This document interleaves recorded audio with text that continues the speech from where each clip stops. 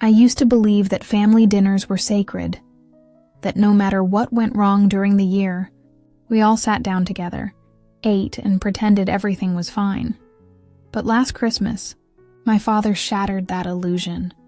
I'm Emily. I'm 36, a mom of 2, and until recently, I still believed that if I just kept showing up, kept forgiving, my parents would finally see me as part of their real family again. I was wrong. It started a week before Christmas. My dad called me one evening while I was folding laundry. He sounded cheerful, overly so. The kind of tone he used when he was trying to sound like a sitcom dad. We've got everything covered for dinner this year," he said. I paused. "Okay. Do you want me to bring dessert at least? Maybe that pecan pie you like?" He laughed. "No need." "Really, we've got it all handled. Just come, okay? 6 o'clock. Something about his tone made my stomach twist. It felt rehearsed, forced, but I brushed it off. Maybe this year would finally be normal. Tyler, my husband, was skeptical. "You sure they want us there?" he asked. "Last year, your mom didn't even get the kids' gifts." "She was stressed," I said automatically, though even as I said it, I didn't believe it. He gave me that look, the one that said, "You keep making excuses for people who don't deserve them." Still, I wanted to believe this time would be different. The night of the dinner, we dressed up. My daughter Lily wore a little red velvet dress she picked out herself, and my son, Noah, insisted on wearing a tie like his dad. We baked a batch of sugar cookies that morning, even though Dad said not to bring anything. I thought maybe we'd surprise them, show that we were still thoughtful, still family. When we pulled up to my parents' house, the driveway was full. Cars I didn't recognize. "Wow," Tyler said quietly. "Guess it's a big dinner." I smiled, even though something in me was sinking. "Yeah, guess so." The moment I stepped inside, I knew. The smell of roast turkey and mashed potatoes filled the air. The table was set beautifully. Crystal glasses, fancy folded napkins, candles flickering. But as my eyes scanned the table, I noticed something off. There were 12 seats, 12 people, and not one of them was for us. Mom came over, wiping her hands on a towel. "Oh, you made it," she said, as if she'd forgotten we were invited. I glanced at the table. "Do you want us to help grab extra chairs?" Her smile faltered just for a second. "Oh, actually, we weren't sure you'd make it. We didn't want to overdo it," I froze. Tyler's jaw clenched. Behind her, my brother Scott was pouring wine, laughing with his wife and her parents, people I barely knew, her parents. Guests of honor. Mom noticed me looking and said quickly, "Scott's in-laws joined last minute. We just didn't have space this time. You understand, right?" Lily tugged on my sleeve. "Mommy, where do we sit?" I knelt down beside her. "Maybe we'll make our own table, sweetheart." But her eyes were wide and confused. "Are we not family?" That was it. The sound of her voice, small, trembling, trying to understand why her grandparents didn't have a seat for her, broke something inside me that had been holding on for years. I stood up slowly. "You know what? You're right. Dad said not to bring anything." Mom blinked, not sure what I meant. I smiled, reached into my purse, and pulled out my phone. Before coming, I'd already suspected something was off. A few days earlier, Scott's wife had posted a group photo on Facebook, a table seating plan. Everyone was tagged but me, so I'd written a message, drafted it carefully, and saved it for this moment. I opened the message and hit send. The group chat titled "Family Dinner" pinged across the room. I saw Mom's phone light up on the counter, then Dad's, then Scott's. The message read, "Thank you for making it clear where we stand. Lily asked if we're not family. I told her we are, just not yours. Don't worry about dinner. We'll eat somewhere we're welcome." Tyler took the cookie tray from Lily's hands, turned to me and said softly, "Ready?" I nodded.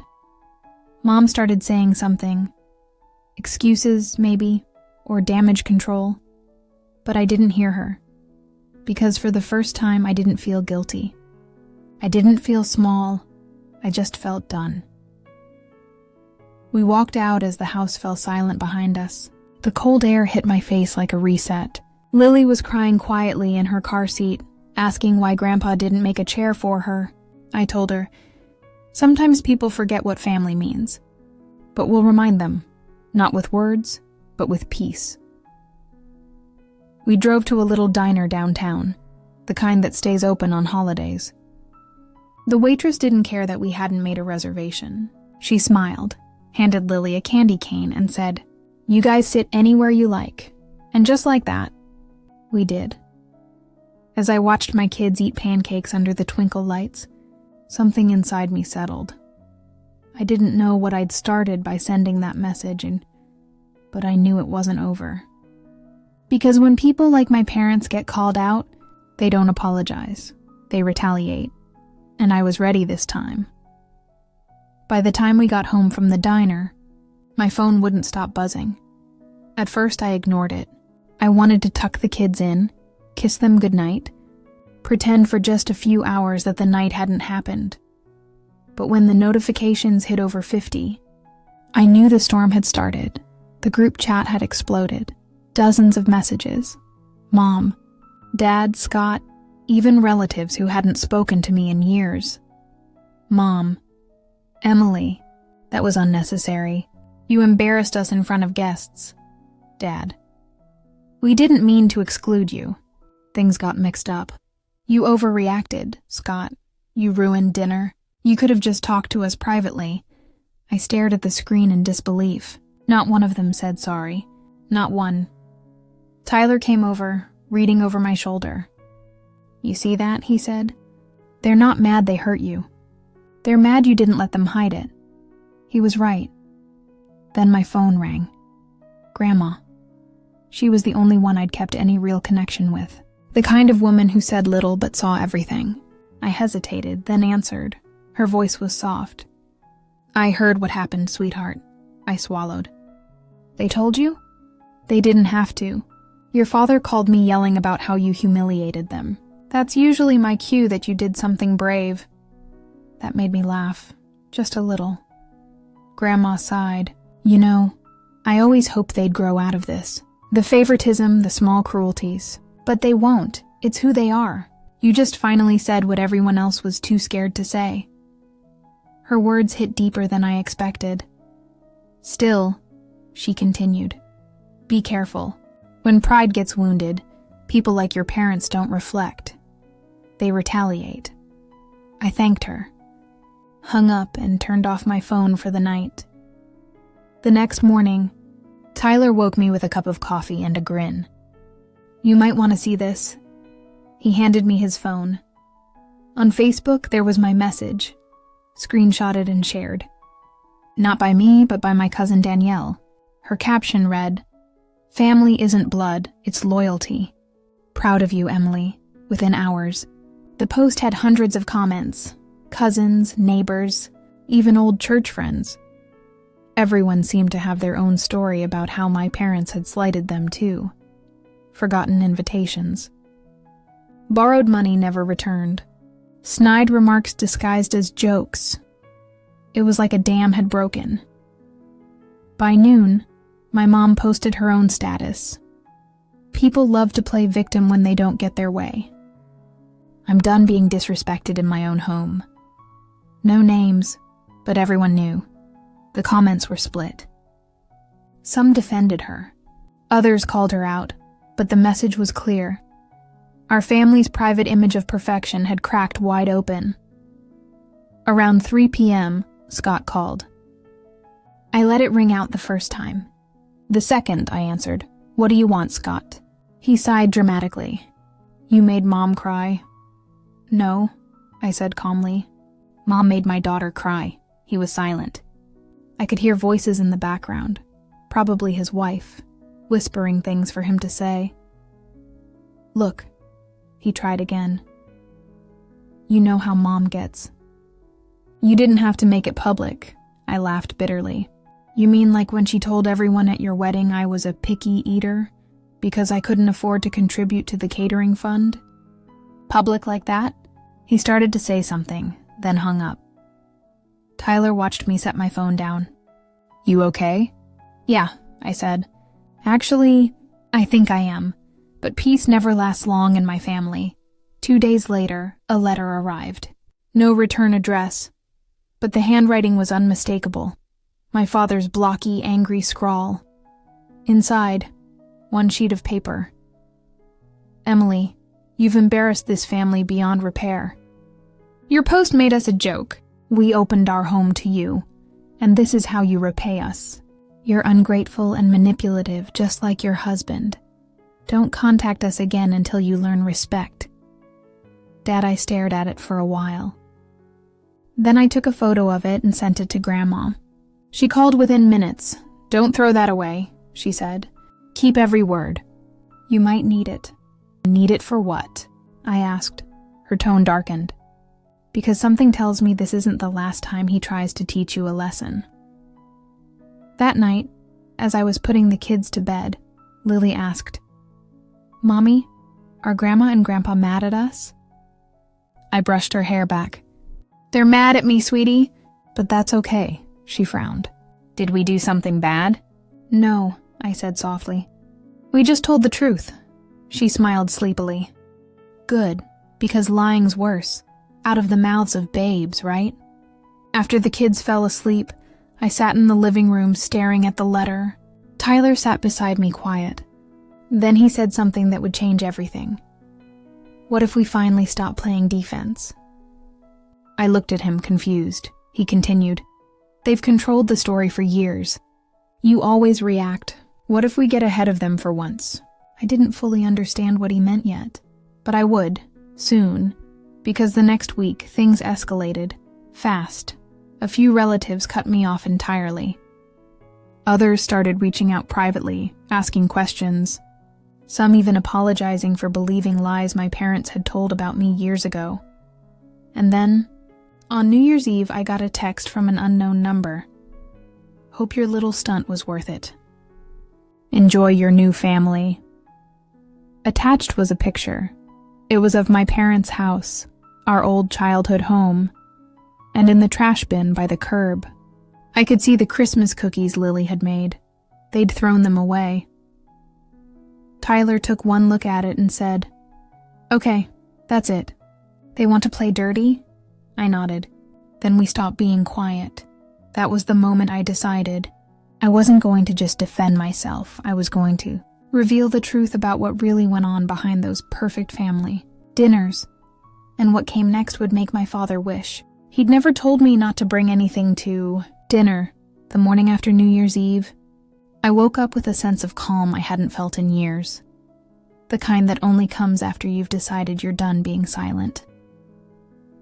Tyler was already at the kitchen table with his laptop open. You ready? He asked. For what? He turned the screen toward me.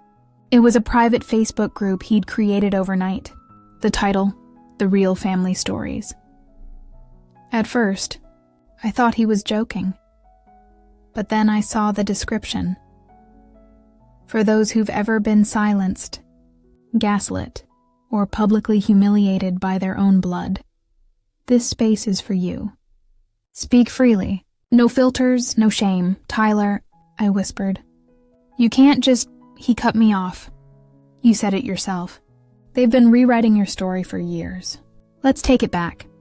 By noon, he'd invited just a handful of trusted relatives, people who had quietly supported us. By evening, it had tripled. And by the end of the week, there were over 100 members, apparently.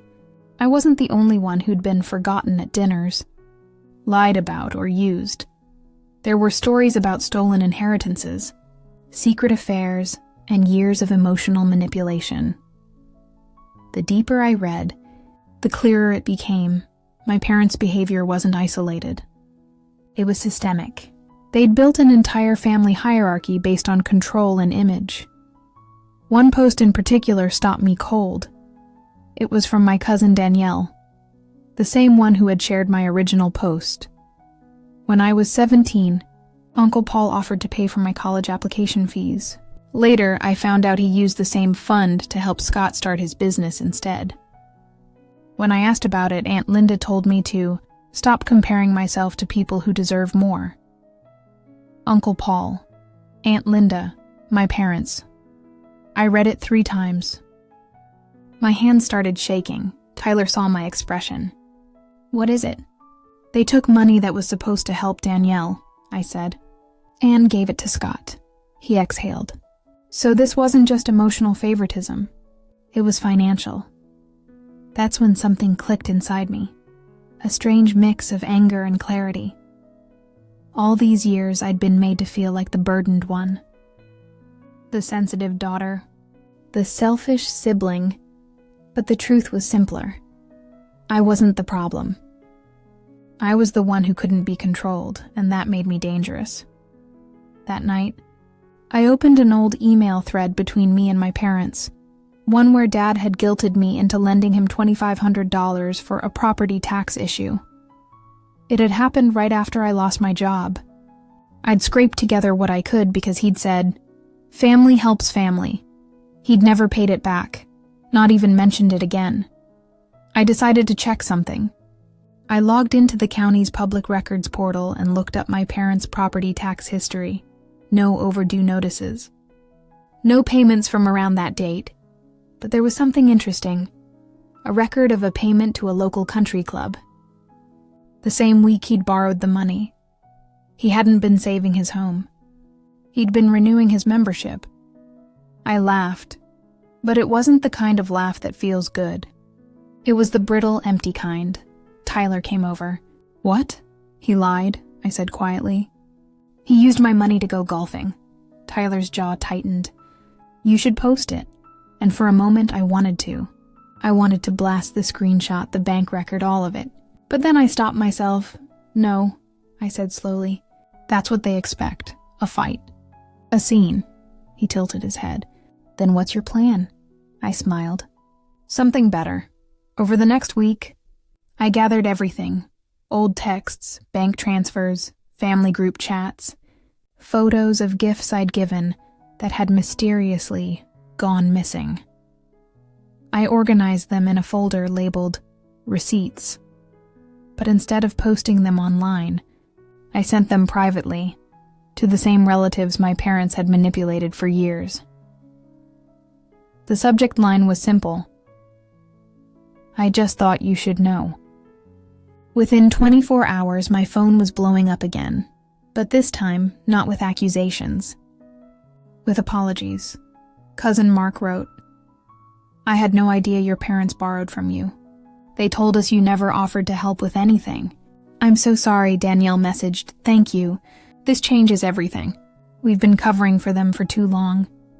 Even Aunt Sylvia, my dad's older sister, called me and said, "You finally said what I've wanted to say for 40 years. Meanwhile, Mom was posting Bible quotes about forgiveness and letting go of grudges. Dad had gone silent online entirely. But the best part came a week later, when I got a call from the family's longtime accountant. "Emily," he said carefully, "I don't know what's going on in your family, but your father's been calling me in a panic. Something about people asking questions about fund allocations." I tried not to smile. "I wouldn't know anything about that." He chuckled softly. "You didn't hear it from me, but whatever you're doing, it's working."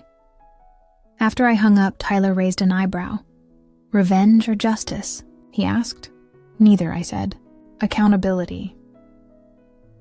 That weekend, as we were cleaning the living room, Lily found something under the couch, a crumpled piece of paper she'd been drawing on. She brought it to me proudly.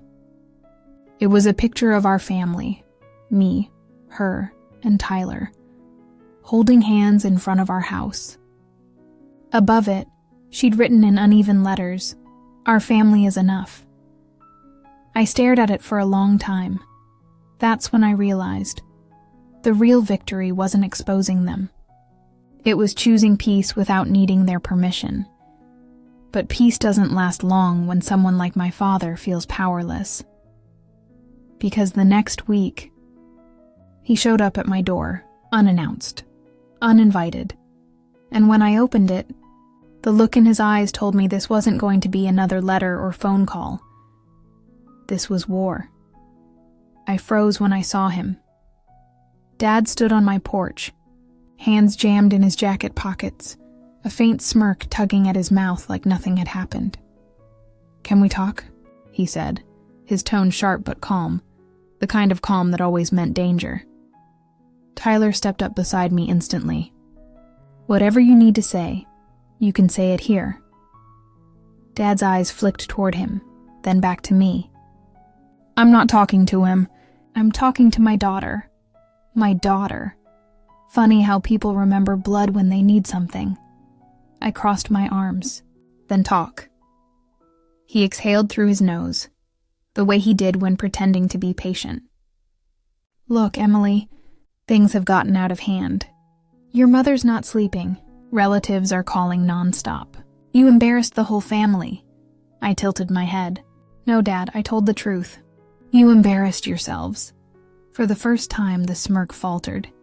He stepped closer. "You think you're some kind of hero now? Posting things online? Turning people against us? You wouldn't have anything if it wasn't for me.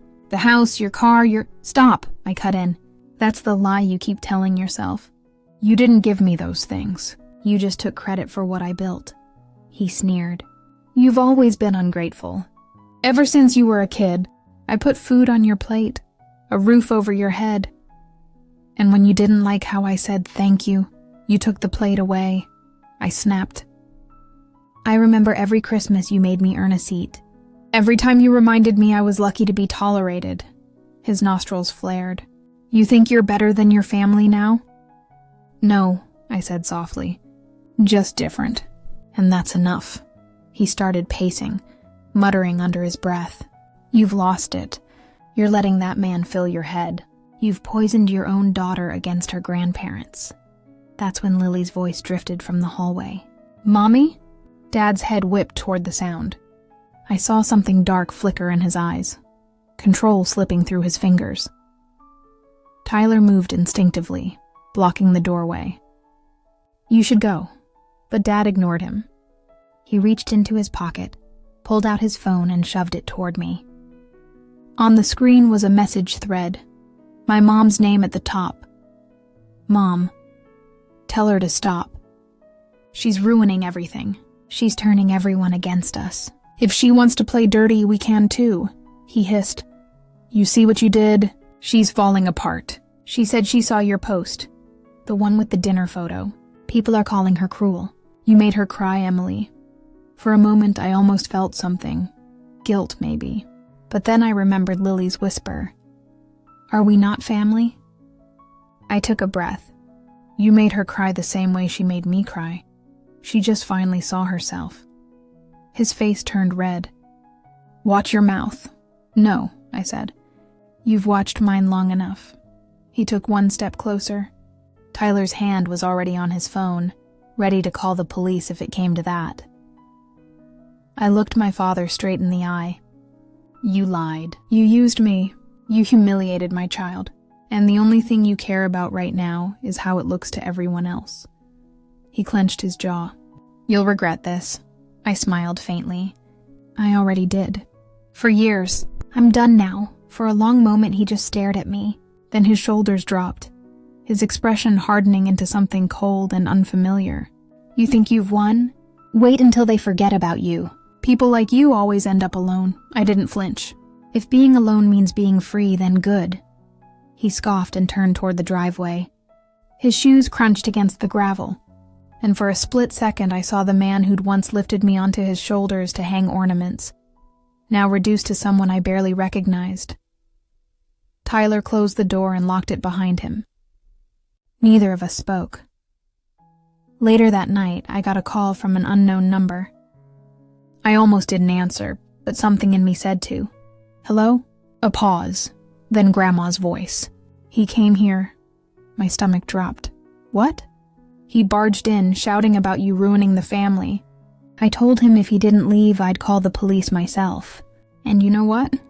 She chuckled softly. "He left," I exhaled. "Are you okay?" Better than okay, she said. You finally did what the rest of us were too scared to do. We talked for another hour. When I hung up, I sat there for a long time, thinking about how cycles don't end by themselves. Someone has to break them on purpose. And that night, I realized I had. A few weeks passed. Life grew quiet again. No more cryptic texts, no more Facebook comments. The silence felt heavy at first, then healing. Tyler and I took Lily to a park near the lake one afternoon. She ran ahead, chasing bubbles, laughing so loudly that people turned to look. At one point, she came running back and asked, "Mom, are we going to Grandma's again soon?" "Which one?" I asked. She thought for a second, then said, "The one who says we're enough." I smiled. "Yeah, sweetheart, that one." That evening, as the sun dipped below the horizon, I got a final message, this time from an old family friend. "Your parents sold the house. They're moving out of state." I stared at the text for a long time. Then I deleted it, because some endings don't need a reaction. They just need peace. 2 months later, we hosted our own family dinner. Just me, Tyler, Lily, Grandma, and a few friends who had become family by choice. There was laughter, food, music, no judgment. At one point, Lily stood on her chair and raised her tiny glass of sparkling juice. "To family that loves you back." Everyone cheered, and for the first time in years, I felt completely full, not with anger, not with pain, but with gratitude. I thought about my father's words, "You'll end up alone." But as I looked around the table, at the people who'd chosen to stay, I realized something he never would. You can lose your family and still find your home.